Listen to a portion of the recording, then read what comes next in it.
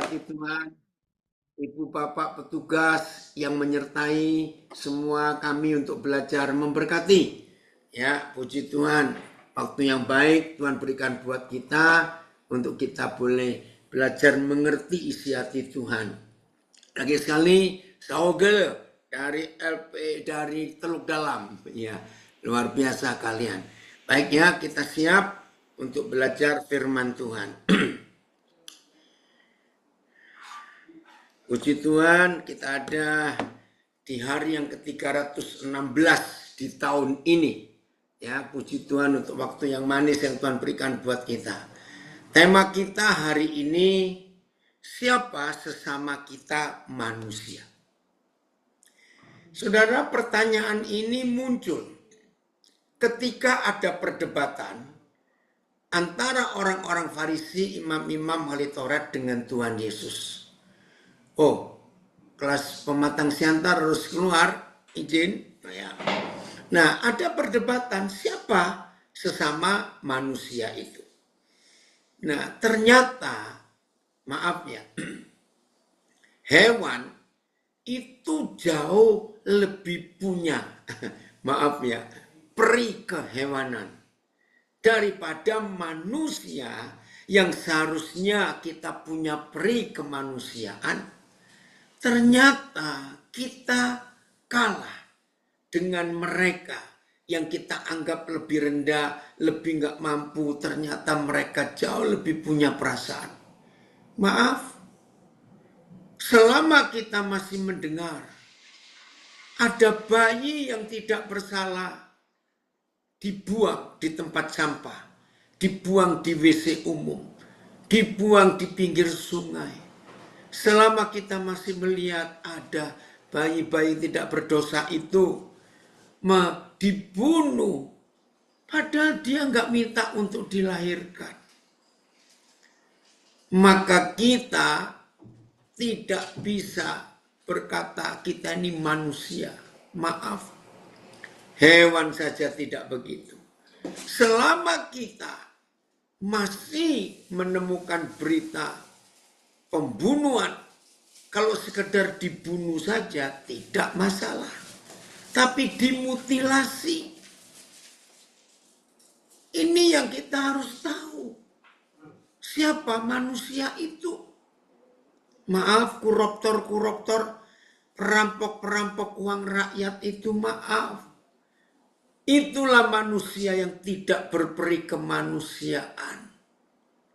Bukan miliknya diambil. Lihat dunia binatang. Kalau mereka sudah kenyang dan ada makanan yang mereka suka, kita harus malu pada mereka. Nyentuh aja tidak. Jangan lagi nyentuh, nengok, melihat saja tidak. Kalau mereka sudah kenyang. Lalu mereka tinggalkan yang mereka suka itu di situ. Nanti biar yang lain ikut menikmatinya.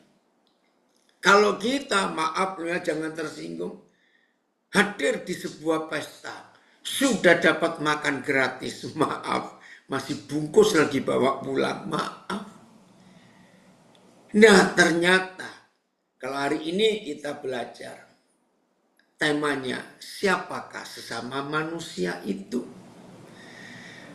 Maaf, ayo kita belajar kepada binatang. Sebab mereka lebih berperi kehewanan daripada kita manusia berperi kemanusiaan, maaf.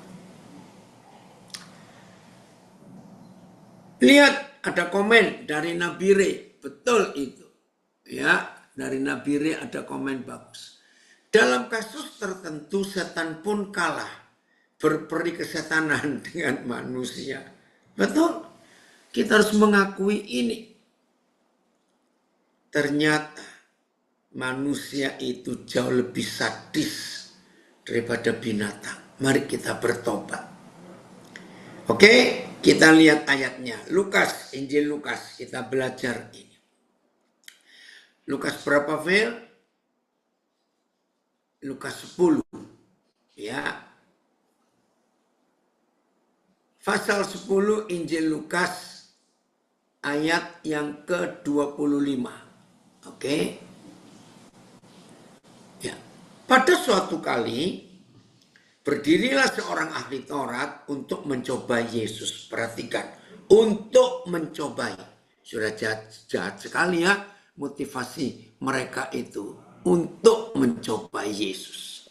Katanya, guru, kalimatnya halus, ya kalimatnya, aduh bagus sekali. Guru, apa yang harus kuperbuat untuk memperoleh hidup yang kekal?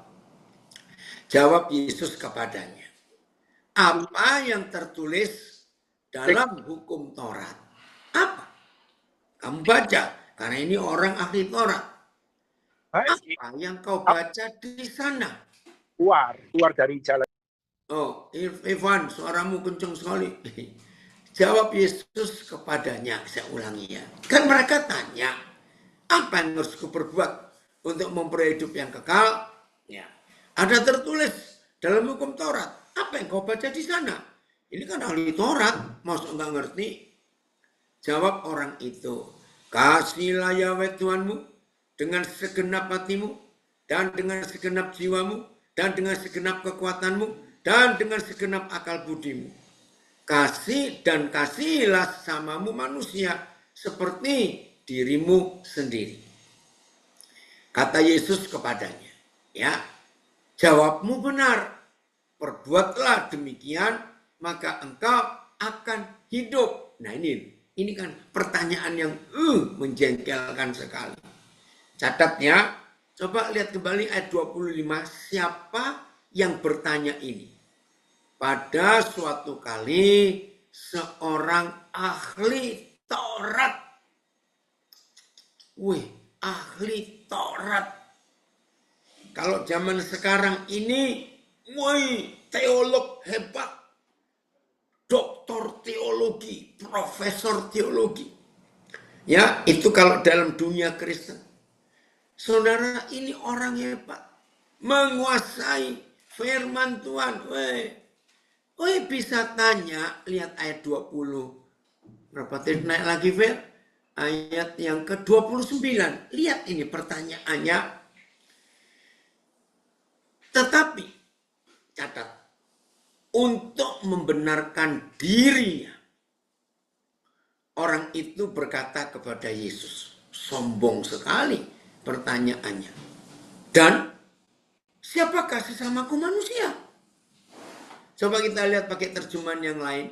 Ini kan aneh pertanyaan ini.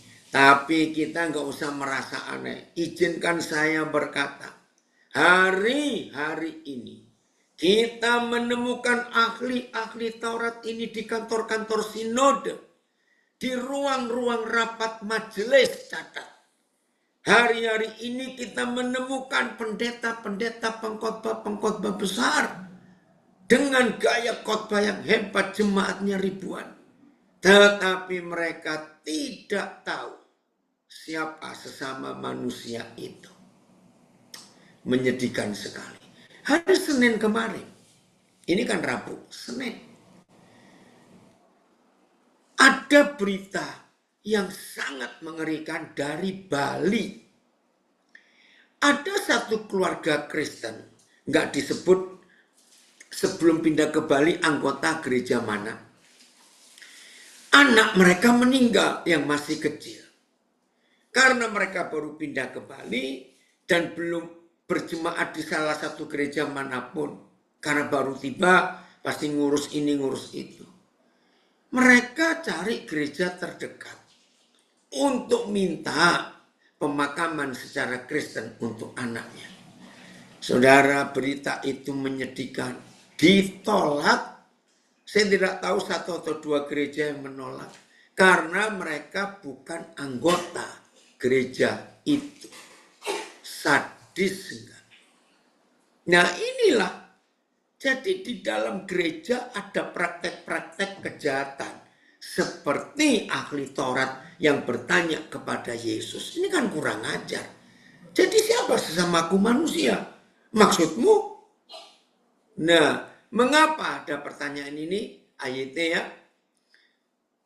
Oh, Ayat itu dulu. Akan tetapi orang itu ingin membenarkan dirinya, maka ia berkata kepada Yesus.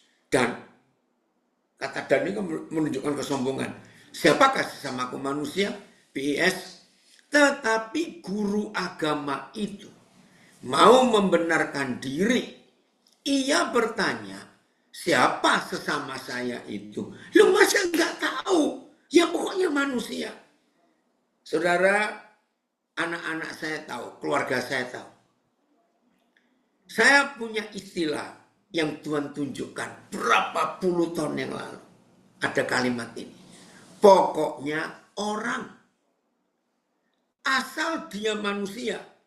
Saya nggak kenal pun, saya akan tetap menolong.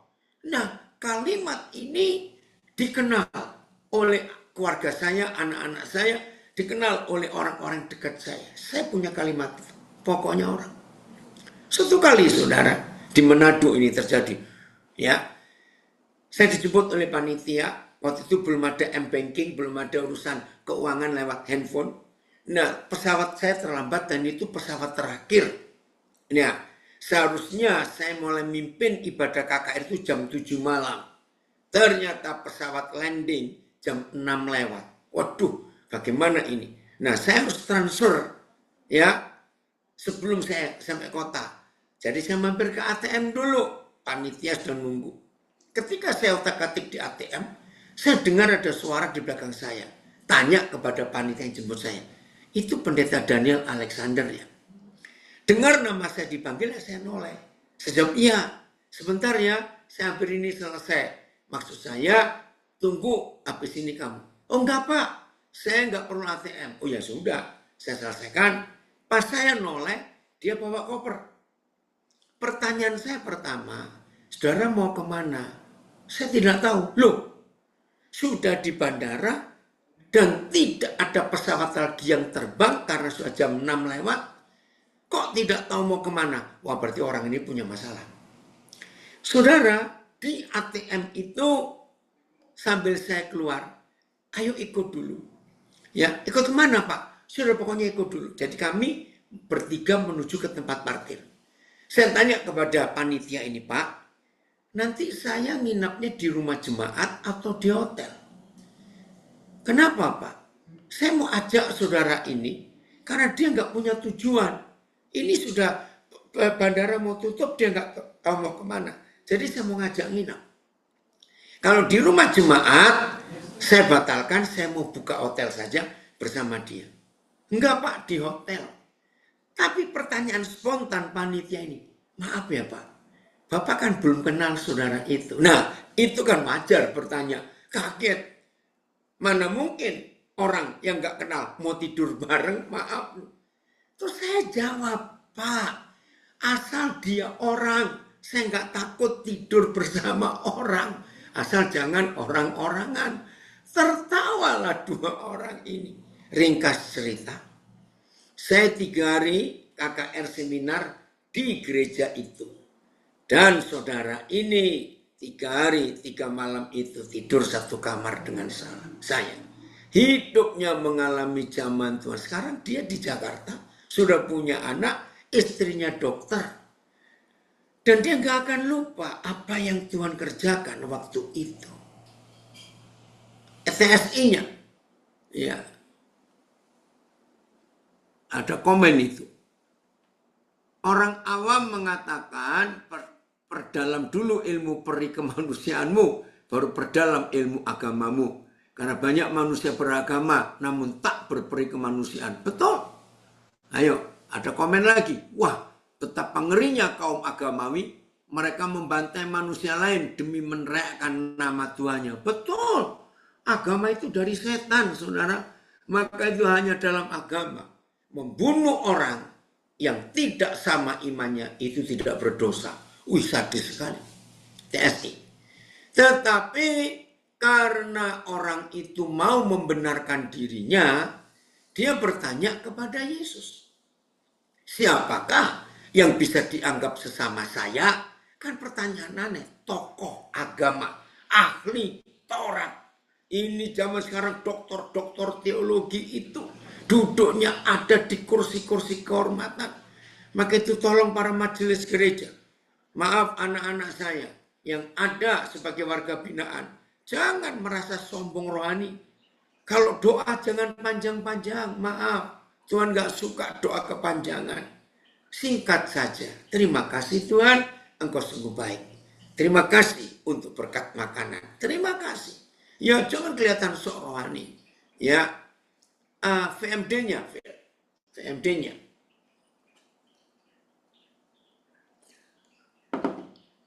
Oh PSI dulu ya. Guru agama itu menunjukkan bahwa ia sudah menaati perintah Tuhan. Karena itu ia bertanya, siapakah yang disebut sebagai orang lain yang harus saya kasih VMD? Orang itu mau menunjukkan bahwa dia benar. Lalu ia mengatakan kepada Yesus, siapakah? Sesamaku? FYI-nya, ya. Orang itu ingin membenarkan diri karena ia tidak mengasihi beberapa golongan orang tertentu. Lihat, kalau kita melihat fakta ini, justru manusia yang tidak berberi kemanusiaan itu adalah orang-orang yang fanatik kepada agamanya sendiri.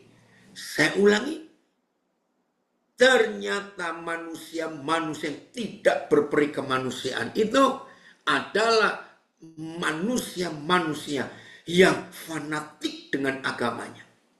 Sehingga mereka kalau melihat manusia lain yang tidak segolongan, tidak sesinode, tidak seiman, di mata mereka orang itu bukan manusia. Jahat nggak orang beragama itu? Orang itu ingin membenarkan diri karena ia tidak mengasihi beberapa golongan orang tertentu. Lihat di dunia Kristen. Sampai hari ini Katolik Protestan masih belum bisa berdamai. Lihat di dunia Islam. Syiah dengan Sunni gak pernah berdamai.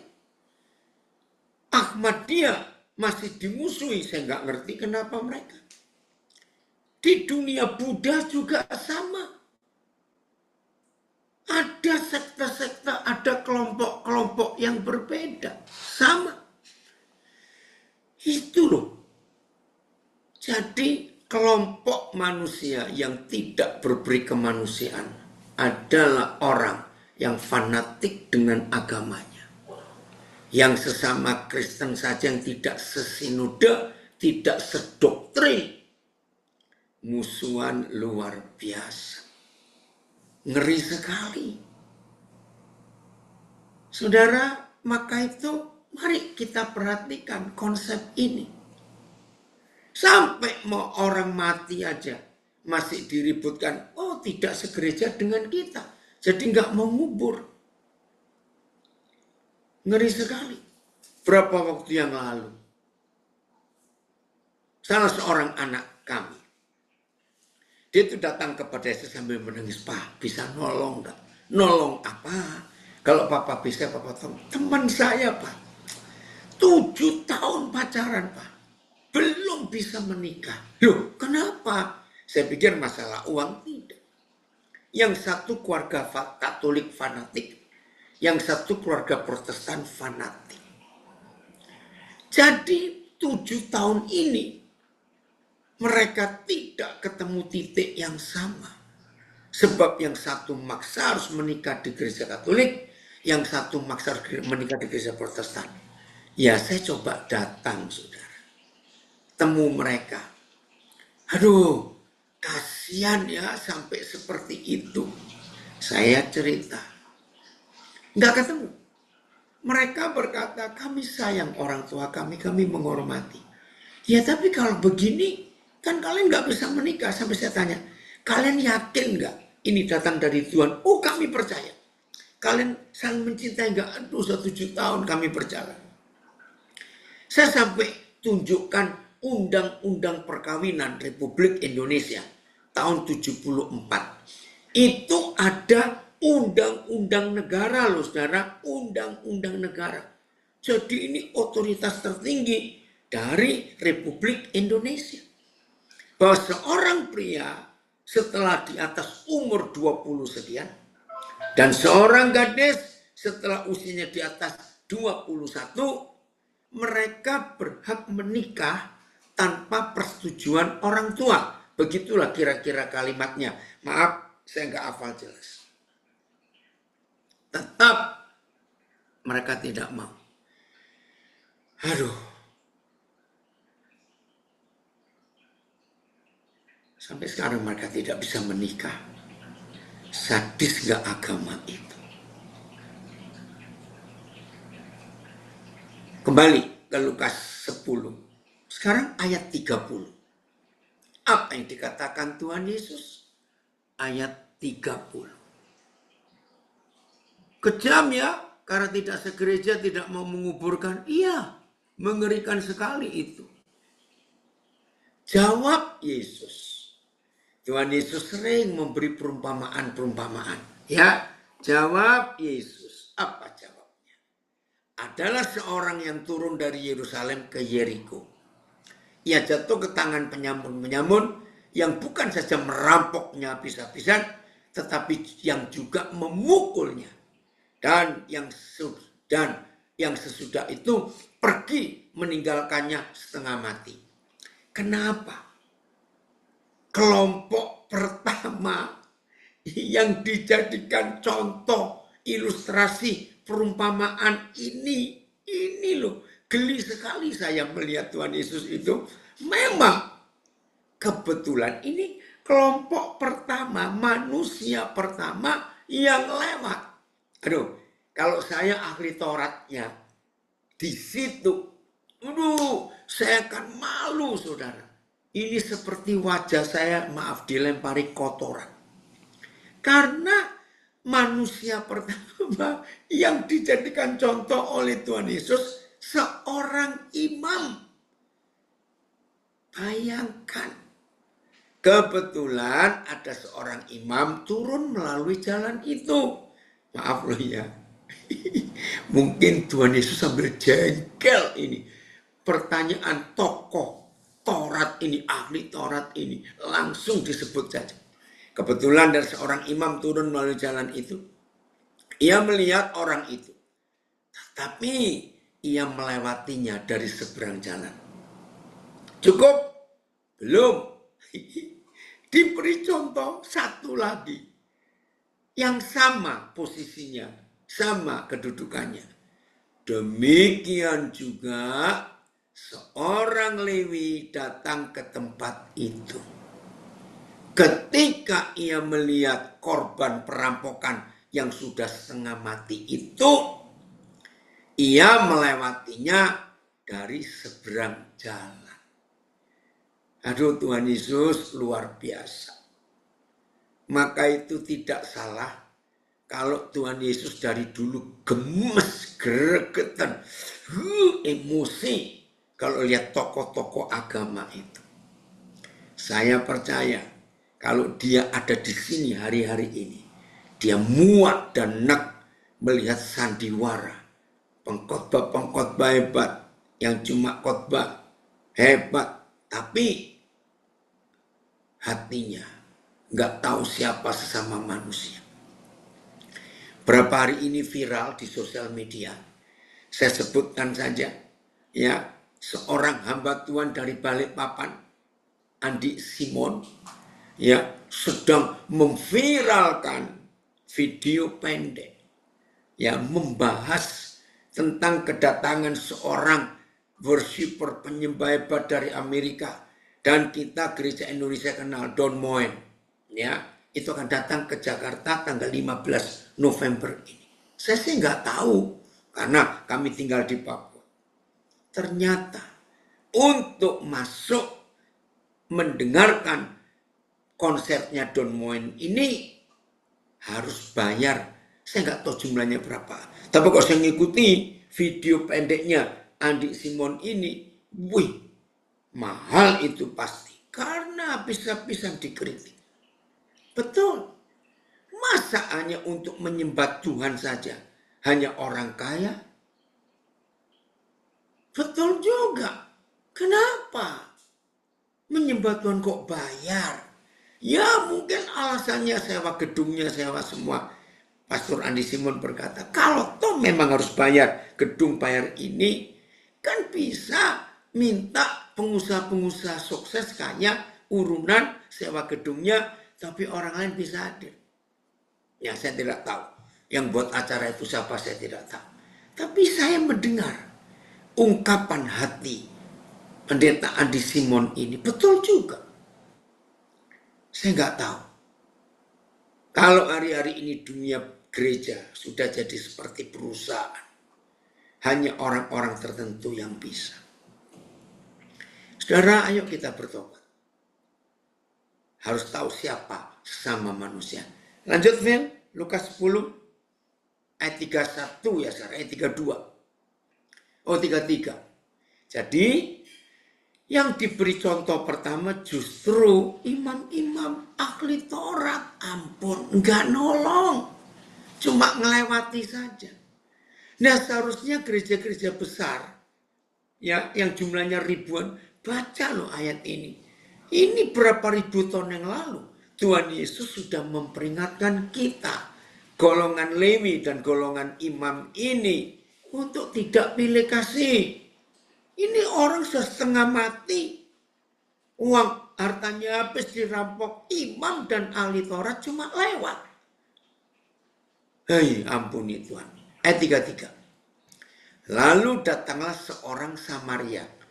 Mengapa Tuhan Yesus menyebut jelas orang Samaria? Ini loh. Berapa hari ini di Denpasar ada keributan besar. Ya. Ada keluarga orang Madura, ya, punya kios dan jual macam-macam, termasuk jual baju-baju. Nah, rupanya orang Madura ini belum tahu unggah-ungguh adat-adat orang Bali.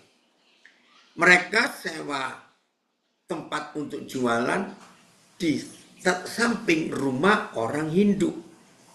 Nah, di depan halaman rumah orang Hindu itu ada pelinggi, ya, ada pura kecil. Nah, ternyata orang Madura ini sedang gantung baju-baju jualan itu.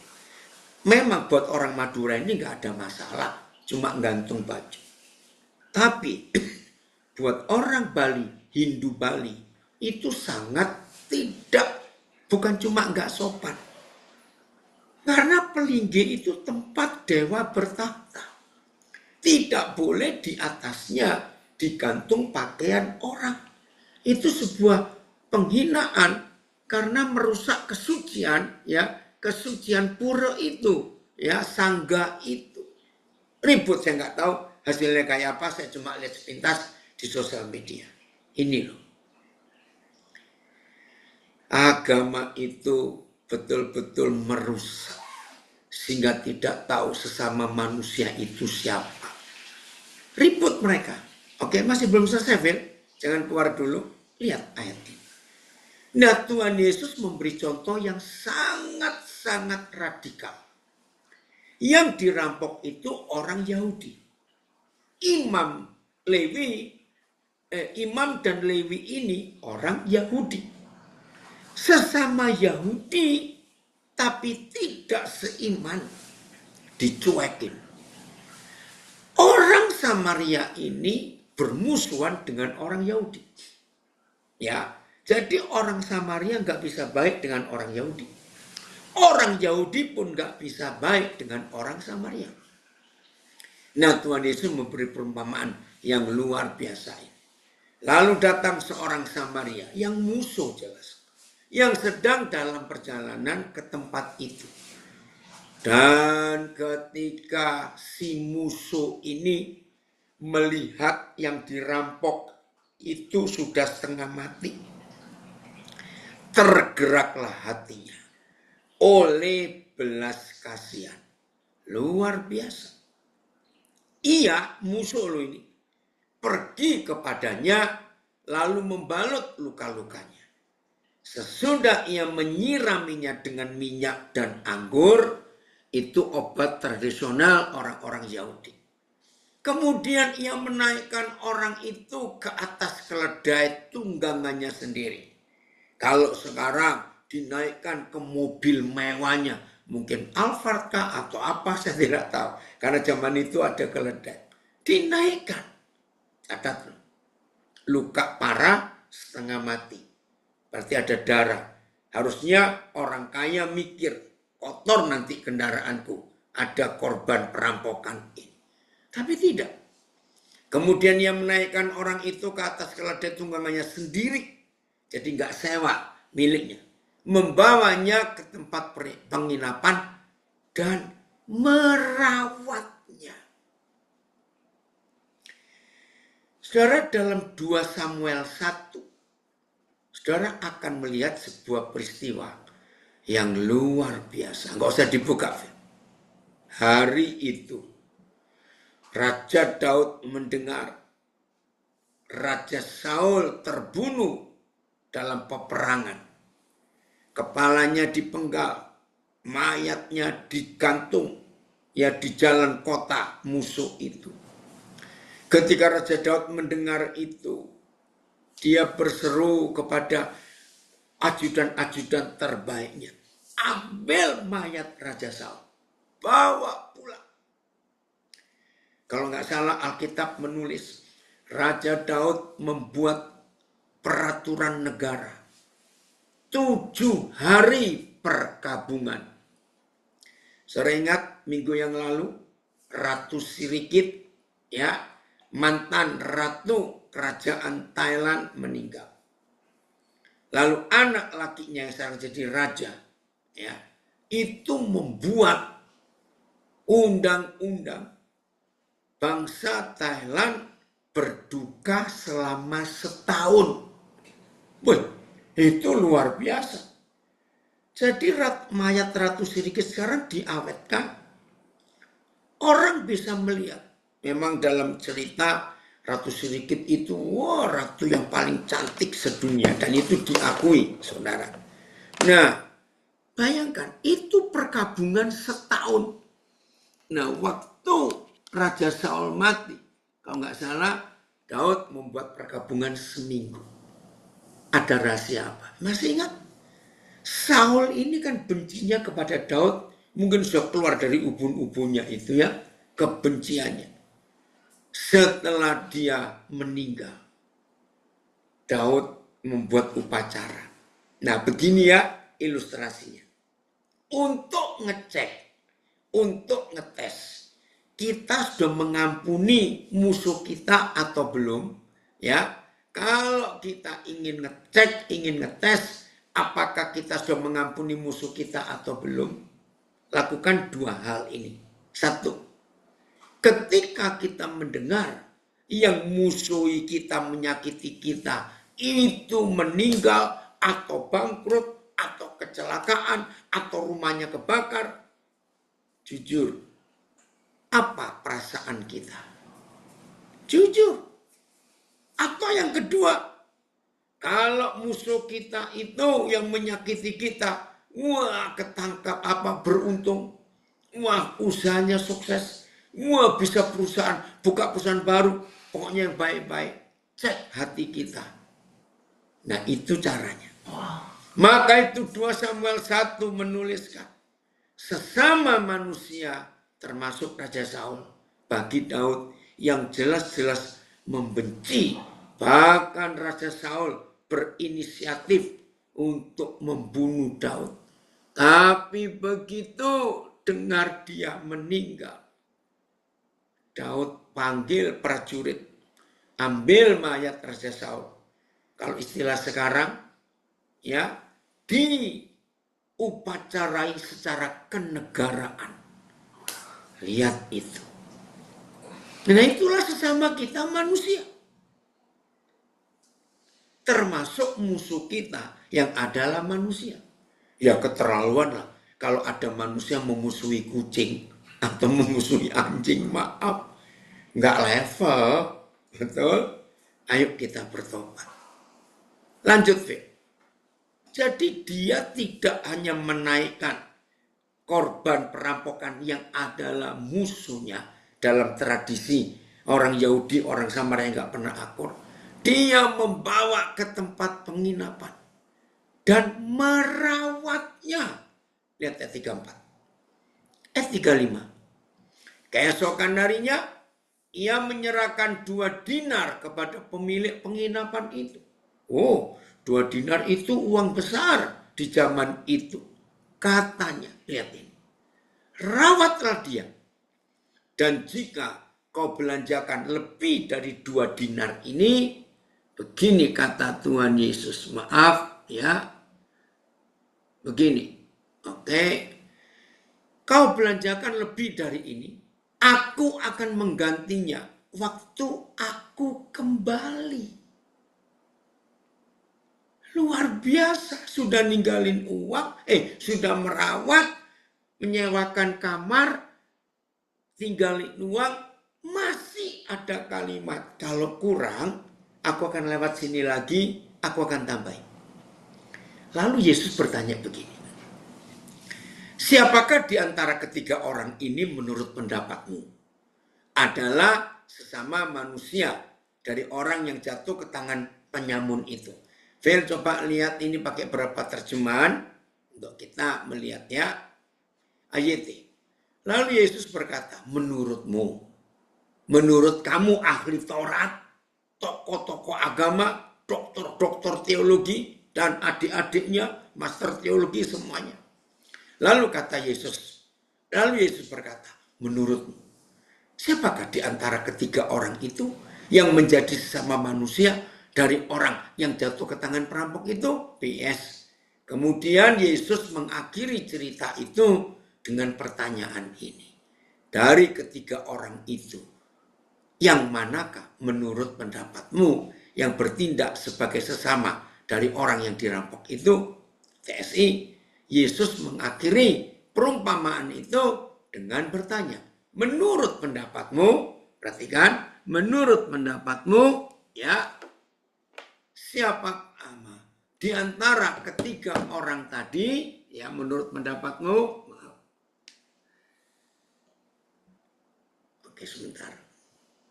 Ini pertanyaan yang nyelekit betul, saudara ya. Saya ulangi, TSI.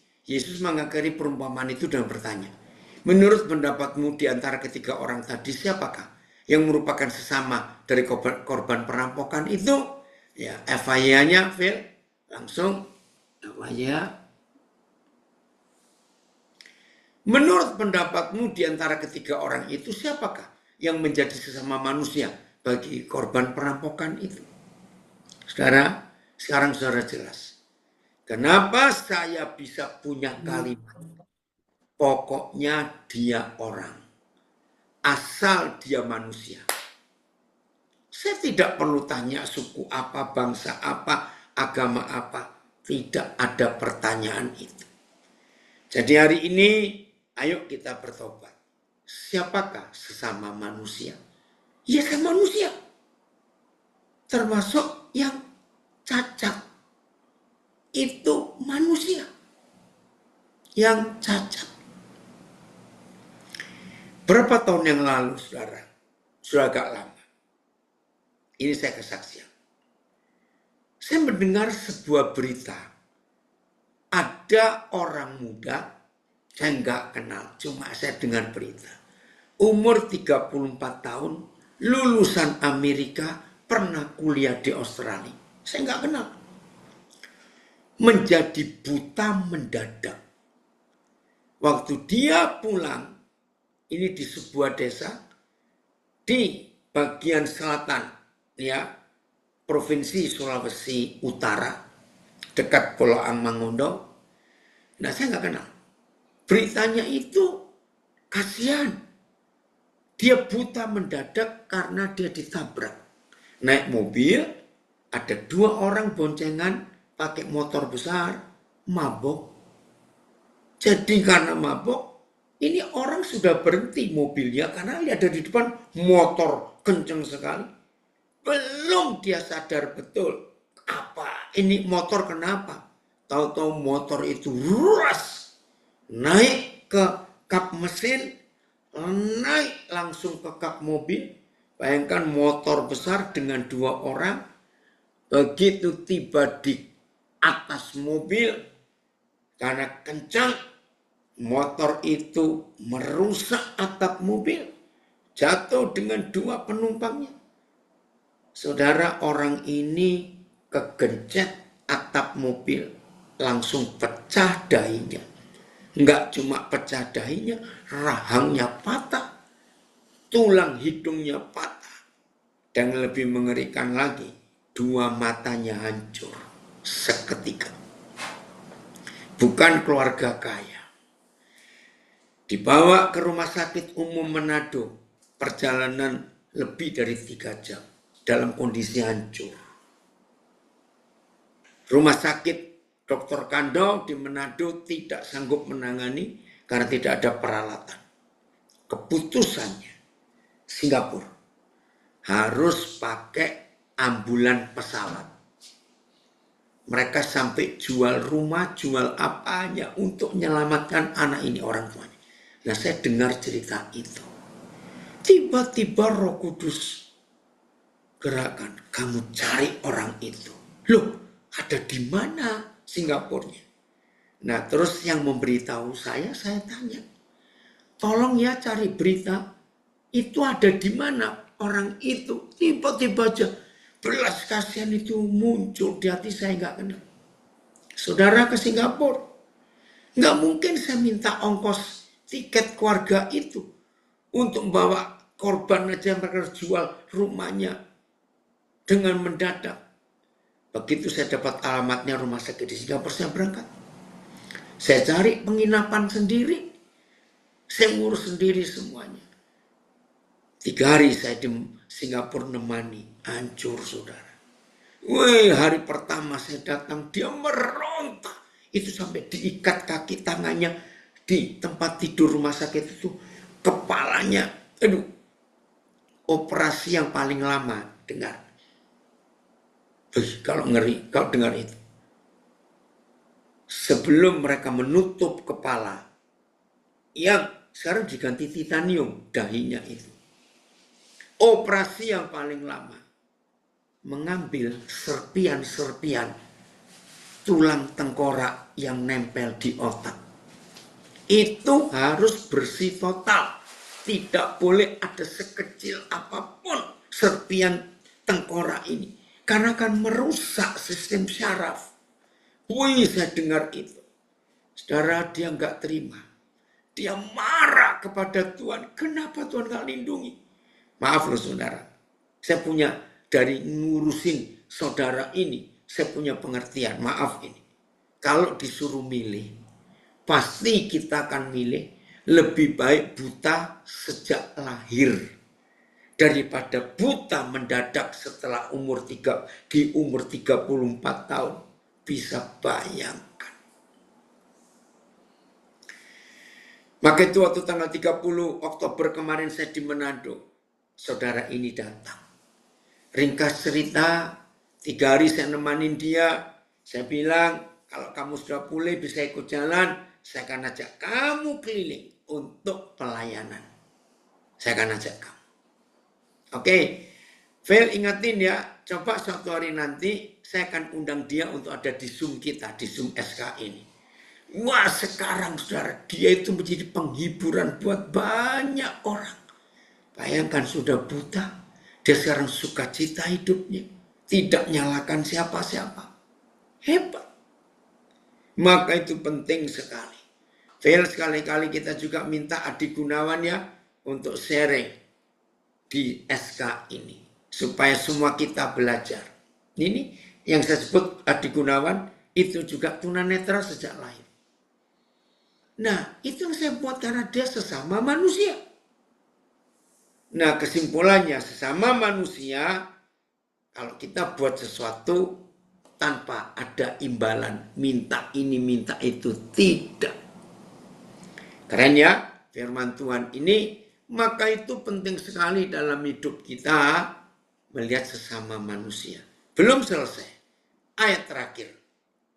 Di Lukas 10, apa kata si ahli Taurat? Ya. Jawab orang itu, Siapa sesama manusia? Orang yang telah menunjukkan belas kasihan kepadanya. Kata Yesus kepadanya, pergilah dan perbuatlah demikian. TSI-nya langsung fail. Ya, BIS. Guru agama yang ditanyai Yesus itu menjawab. Orang yang telah menolong orang itu. Nah, pergilah dan perbuatlah seperti itu juga, kata Yesus. TSI, jawab ahli Taurat itu. Orang yang berbelas kasihan kepadanya dan menolong dia itu sesama manusia. Kata Yesus kepadanya, nah, jadilah sesama yang baik seperti itu bagi semua orang lain. Haleluya. Ayo kita lakukan. Warga binaan, anak-anak saya, maaf. Memang tinggal dengan orang tidak dikenal satu sel. Maaf. Apalagi yang karakternya maunya sendiri, nggak bisa toleransi dengan sesama penghuni di kamar. Tolong ya warga binaan belajar ya toleransi. Jawa bilang tepo seliro, belajar ya istilah umum, belajar untuk bisa berdiri dan pakai sepatunya orang lain. Artinya apa? Tempatkan diri kita di tempat orang itu. Jadi yang satu sel warga binaan jangan egois, jangan menang sendiri. Ayo kalau dapat kiriman apa saja dari keluarga, dari teman, sahabat, sedapat mungkin dibagi. Nah begitu pula yang nggak sering dapat kiriman, jangan maksa ya untuk minta kepada yang sering dapat kiriman. Sering belajarlah. Ya itulah sesama manusia dalam hidup kita. Ibu bapak petugas yang menjagai anak-anak kami ini, terima kasih untuk kesabaran ibu bapak yang ngurusin mereka. Aduh, saudara, suatu kali saya pernah ada di LP mana begitu, ketemu petugas, aduh pak, ngurusin kucing lebih enak, saya nggak stres daripada ngurusin orang-orang. Ampun, saya itu mau tertawa, tapi saya tahan. Ya karena saya bisa merasakan, maaf ya anak-anak, warga binaan, jangan marah. Ada banyak di antara kita sesama manusia. Maaf. Karakter beda. Maaf. Baunya juga beda. Maaf. Jangan marah. Ayo kita saling belajar. Siapa sesama manusia itu? Saya akan akhiri dengan kisah ini, fakta ini. Saya belajar dari seorang hamba Tuhan sudah meninggal. Namanya Demos Sakarian. Aduh ini orang hebat sekali. Nah, ada 4 kelompok orang di kisah orang Samaria yang baik hati ini. Ya, mari kita cek kita ada di orang keberapa? 4 orang. 1, perampok itu. Perampok ini punya konsep, maka itu para koruptor harus bertobat. Maaf ya. Perampok itu punya konsep. Uangku, uangmu, uangku. Nah ini perampok. Keren ya. Hartaku, hartamu, hartaku. Itu ya ada komen saya baca dulu. Ini dia. Hati yang mau menerima orang lain sebagai sesama manusia jauh lebih mudah bisa menghadirkan suasana surga dari para pendoa. Betul. Pelayan dari para pendoa, para pelayan. Bahkan hamba Tuhan yang tidak bisa menerima orang lain sebagai sesama manusia. Betul. Nah ini kelompok pertama. Hartaku, hartamu, hartaku. Jahat ini orang. Ya, oh puji Tuhan ini anak saya bisa ikut ujian. Oke ya. Shalom, Wahyu Immanuel. Hebat, hamba Tuhan dari Jatinangor. Keren sekali ya. Cinango, maaf ya. Oke, kelompok kedua. Imam dan ahli Taurat itu. Tokoh agama. Begini. Hartaku, hartamu. Jadi aku nggak mau nyampurin apa-apa, tapi kamu pun jangan nyampuri urusanku. Maka itu para imam dan ahli Taurat ini cuma lewat, cuma melihat. Nggak ada tindakan apa-apa. Karena prinsipnya hartaku, hartamu, nggak ada urusan. Ini orang pelit.